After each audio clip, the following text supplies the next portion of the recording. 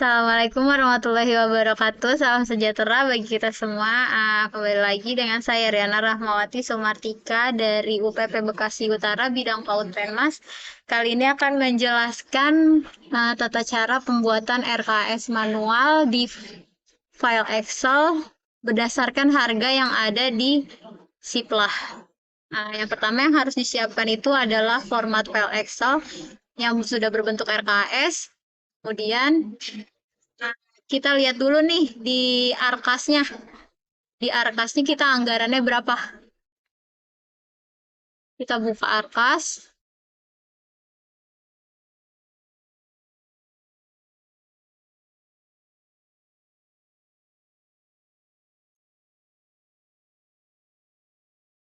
Kemudian kita masukkan email TK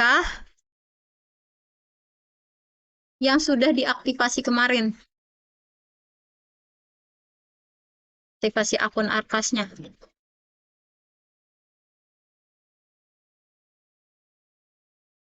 Kita klik masuk.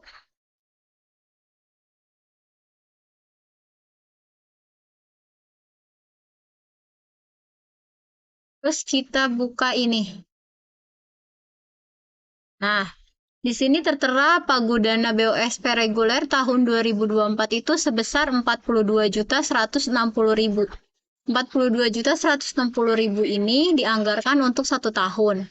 Jadi nanti tetap 2 tahap. Jadi tahap 1 6 bulan, tahap 2 6 bulan.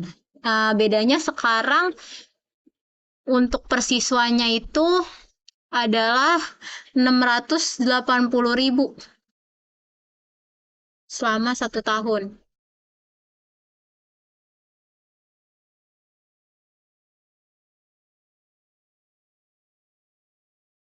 Nah, berarti untuk jumlah siswanya 42.160.000 dibagi 680.000 aja per siswa. Itu ketemunya 62 siswa. Jika kita sudah lihat anggarannya, kita klik kembali aja, terus kita log out. Keluar.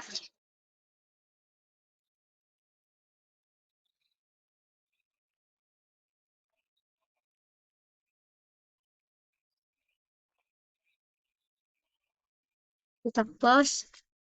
Nah, di sini kita tulis jumlah peserta didiknya 62. Nah, lanjut. Lanjut kita sekarang buka Google Chrome-nya.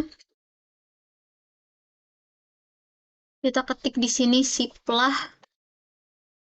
Kita pakai toko ladang ya. Jadi kita klik Siplah toko ladang. Kemudian kita klik enter. Muncul paling atas kita klik. Ini kita klik OK saja.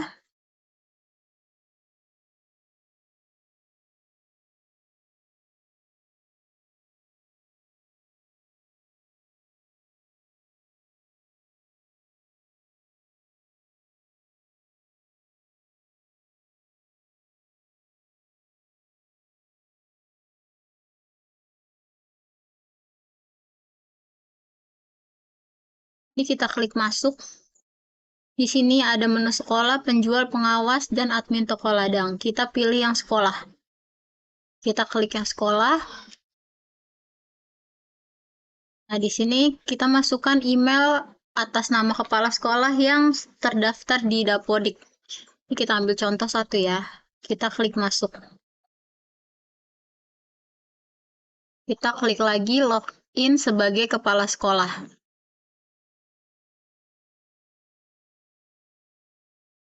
Nah, jika sudah ada tulisan nama kepala sekolah dan nama sekolahnya seperti ini, berarti sudah bisa login ke Siplah Toko Ladang. Kemudian kita ketik di sini nama CV-nya.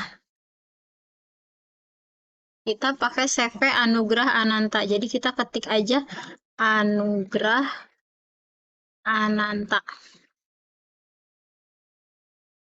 Nah, jika sudah muncul tulisan CV Anugrah Ananta Kota Bekasi yang lambangnya seperti ini, kita klik.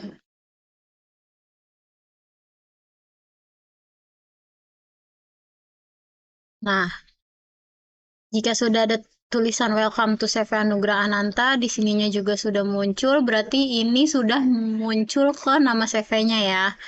Nah, jadi yang perlu diketahui sebelum melihat dan mengecek harga, itu kita harus ngeklik nama CV-nya dulu. Jangan sampai kita belum login, terus kita udah nyari nama CV-nya atau nama produknya, karena di sini di si Toko Ladang ini banyak CV. Takutnya nanti yang kita lihat itu bukan ada di CV kita, tapi di CV yang lain gitu. Jadi step yang pertama itu kita ketik si Toko Ladang, terus kita login dulu ke akun kepala sekolah yang terdaftar di Dapodik. Setelah login akun, baru kita ketik nama CV-nya. Jadi nggak bisa kalau misalkan kita ke Sipla Toko Ladang nih, tapi kita belum login ke akun kepala sekolah. Nah, itu juga nggak bisa. Nanti khawatir yang muncul itu banyak CV, bukan CV Anugrah Ananta. Pas begitu diklik nama barangnya. Nah, setelah udah login, baru kita harus ketik nama CV-nya. Kayak yang tadi saya itu jelaskan. Kalau sudah muncul seperti ini, berarti ini kita sudah ada di berandanya CV Anugrah Ananta. Nah, sekarang kita lihat RKS-nya. Nah, di sini kan saya bikin contoh, saya masukin yang pertama itu spanduk penerimaan peserta didik baru. Kita ketiknya di sini spanduk aja, nggak usah terlalu lengkap. Kita ketik spanduk. Jika sudah kita ketik, kita klik enter. Nah, udah kita ketik nama barangnya, kita lihat lagi di sini. Ini CV Anugrah Ananta, bukan. Kalau masih CV Anugrah Ananta, berarti ini udah bener nih spanduk yang ada di CV. Ini harga-harga spanduk yang ada di CV Anugrah Ananta. Nih. Ada 50.000, 90.000, 500.000. Saya pilih yang harga 90.000 aja. Ya, kita masukin di RKS-nya. Misal volumenya di sini 1, di sininya kita tulis 90.000 tanpa koma, titik maupun RP ya. Jadi angkanya aja tanpa spasi juga. Kemudian kita enter. Nah, ini format RKS-nya sudah saya buatkan rumus. Jadi Bapak atau Ibu tinggal ngisi di kolom volume dan kolom harga satuan, nanti jumlahnya akan otomatis terisi sendiri. Kemudian lanjut ya, kita ke poin nomor 2, buku paket tematik. Kita cari lagi harga buku paket tematik di CV Anugrah Ananta. Kita kliknya tematik, coba ya. Enter. Nah, di sini muncul banyak buku paket tematik. Dan kita lihat juga di sini ini masih CV Anugrah Ananta ya, bukan CV yang lain. Berarti sudah benar. Kita scroll ke bawah. Nah, ini harga-harganya ada yang 8.000, ada yang 67.000. Nah, karena buku paket tematik satu paketnya itu isi 8, maka saya akan pilih yang harganya 67.000. Ya, kita klik di sini. Nah, di sini jumlah siswanya kan 62. Kita klik 62. Volumenya, harga satuannya 67.000. Ingat ya, nggak pakai rupiah, spasi, tanda koma maupun titik. Jadi angka aja langsung. Kalau udah kita ketik, kita enter. Lanjut, contoh yang ketiga itu ada pensil warna. Kita cari lagi ke Siplah. Kita hapus. Kita cari pensil warna. Jika sudah, kita ketik enter. Kita scroll ke atas.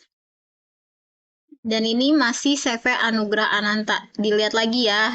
Pokoknya tiap mencari harga itu harus dilihat ininya punya CV Anugrah Ananta atau bukan gitu. Takutnya nanti punya CV yang lain. Otomatis kalau punya CV yang lain nanti harganya akan berbeda. Dan begitu check out nanti juga akan berbeda.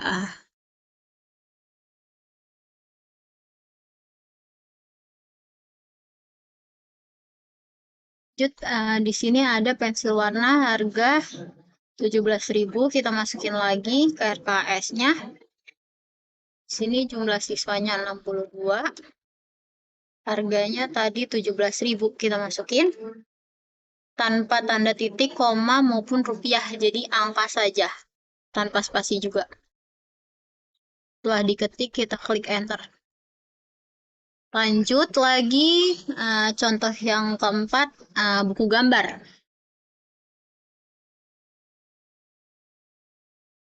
Kita cari buku gambar.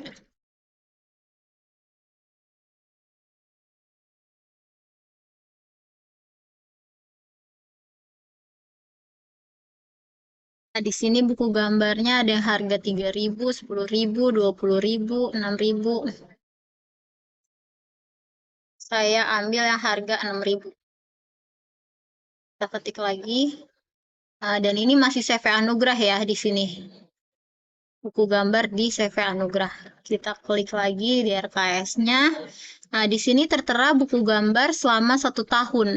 Jika 1 tahun kan 12, jika jumlah siswanya 62, maka untuk 1 tahun itu 62 dikali 12 sama dengan 744 buah buku gambar. Dengan harga satuannya kita lihat tadi harganya 6.000. Kita klik di sini 6.000 tanpa titik, koma, spasi maupun rupiah. Jadi angka saja, kita klik enter. Nah, sini muncul langsung jumlahnya otomatis. Terus lanjut ya sampai bawah pembuatan RKS-nya. Nah, nanti kalau misalkan sudah selesai jumlahnya harus 42.160.000. Ini RKS dibuat 1 tahun. Turunnya nanti 2 tahap. Tahap pertama setengahnya, tahap 2 setengahnya. Ini sudah sesuai dengan jumlah yang ada di ARKAS tadi ya, 42.160.000. Nah, lanjut, saya akan menjelaskan tentang yang sebaiknya dihindari pada saat pembuatan RKS di BOP PAUD tahun anggaran 2024. Baiknya yang untuk tidak dicantumkan di RKS itu karena dia ada PPh 23, jadi kena pajaknya lebih besar. Itu yang pertama ada honor guru, honor transport, seperti transport pelatihan, transport rapat, dan lain-lain. Kemudian yang ketiga ada jasa narasumber. Yang keempat tentunya ada pajak makan dan minum. Yang kelima ada bahan alat bangunan seperti cat, kuas, dan lain-lain. Selanjutnya ada poin pemeliharaan dan perawatan. Yang pertama itu ada seperti pemeliharaan komputer, servis printer, servis AC, servis mesin fotokopi, dan lain-lain. Itu baiknya dihindari karena akan ada pajak yang lebih besar yang dikenakan di sekolah nanti gitu. Dan lanjut, yang baiknya dihindari itu seperti pembelian elektronik seperti laptop, komputer, AC, dan lain-lain. Kemudian mebeler seperti meja, kursi, dan lain-lain gitu.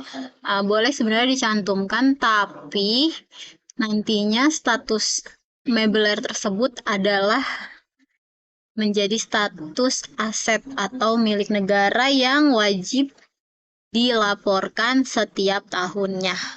Gitu. Jadi itu nanti dinamainnya status milik pemerintah gitu. Jadi baiknya menurut saya di RKS-nya itu dimasukin barang habis pakai saja atau mainan-mainan khusus buat siswa. Lanjut, dikhususkan untuk PAUD ya, entah itu KB, SPS maupun TPA, tolong dihindari untuk pembelian pensil warna dan buku gambar. Apalagi yang sudah dapat bantuan, itu terutama PAUD ya, yang udah dapat bantuan pensil warna dan buku gambar tidak boleh ada lagi di RKAS. Jadi dialokasikan saja ke mainan-mainan APE untuk siswanya gitu. Nah, nanti untuk yang perlu dihindari di RKS saya share deh di grup apa-apa aja biar lebih jelasnya. Kemudian kita buka sheet yang sebelahnya itu ada sheet alokasi. Nah, sheet alokasi ini adalah sheet di mana pembelanjaan dilakukan. Jadi untuk di tahun 2024 ini tahap 1 itu adanya di bulan April pembelanjaannya, kemudian tahap 2 itu di bulan September. Nah, jika 1 tahun turunnya 42.160.000, maka per tahapnya tinggal dibagi 2 saja. Berarti per tahap nanti tahap pertama turunnya 21.080.000, tahap kedua 21.080.000. Nah, masing-masing tahap ini harus balance, harus segini jumlahnya. Dia nggak boleh yang ininya lebih besar atau yang ini lebih kecil. Dia nggak boleh. Yang penting 42.160.000 itu tetap nggak boleh. Kenapa nggak boleh? Karena cairnya per tahap akan seperti ini jumlahnya. Meskipun nanti di tahap 2 Bapak atau Ibu jumlahnya ketika dijumlahkan tahap 1 dengan tahap 2 itu 42 juta, tapi misalkan di sininya lebih besar, di sini lebih kecil, tapi begitu dijumlahkan 42.160.000 itu tetap nggak bisa karena nanti akan timbul silpa di BOP Kemendikbudnya. Silpanya itu nggak bisa dirubah, mau sampai tahun kapanpun silpa akan terus ada, dan silpa itu rumit, nanti bisa kita mengembalikan uang atau dana BOP kita dipotong karena tidak sesuai tahap pencairannya, laporannya. Jadi misalkan di tahap 1 21.080.000, tahap 2 pun harus segini bikinnya. Nanti pada saat pelaporan LPJ pun harus segini. Nggak boleh lebih, nggak boleh kurang. Nah, untuk pembuatan alokasi ini jika sudah dibelanjakan di bulan April, maka tidak boleh dibelanjakan di bulan September. Begitupun sebaliknya, jika sudah dibelanjakan di bulan September, di bulan April nggak boleh lagi belanja. Terus nggak bisa dibagi 2, misalkan 90.000 nih, bagi 2, berarti di April 30, di September 30.000, itu nggak bisa, nanti pasti hasil akhirnya dia nggak akan balance.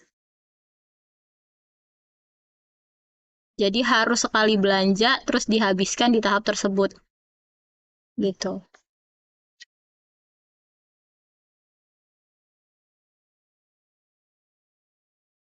Mungkin itu saja penjelasan dari saya. Kurang lebihnya mohon maaf.